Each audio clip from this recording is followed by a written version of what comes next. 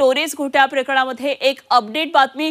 Torres Ponzi योजनेच्या ऑपरेटरांनी गुंतवणूकदारांकडून रोख रक्कम घेऊन ती हवाला ऑपरेटर अल्पेश खारा याच्याकडे दिली होती आणि खारानं ही रक्कम कुठे गुंतवली आहे त्याचा तपशील आता पुढे आलाय। तर ही रक्कम USDT क्रिप्टोकरन्सी मार्फत त्यानं परदेशात पाठवली असं मुंबई पोलिसांच्या आर्थिक गुन्हे शाखेनं उघड केलंय आणि या योजनेतून मिळालेल्या पैशामधून खारा यानं दक्षिण मुंबईतल्या खेरवाडी परिसरात 3 फ्लॅट खरेदी केल्याचं तपासात समोर आलंय।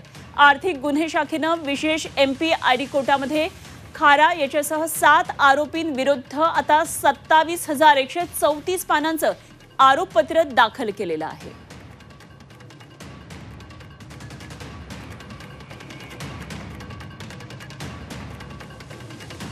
तर टोरेस घोटाळा प्रकरणामध्ये एक मोठी माहिती पुढे आली आहे। हवाला ऑपरेटर अल्पेश खारानं 3 फ्लॅट खरेदी केल्याचं पुढे आलेलं आहे।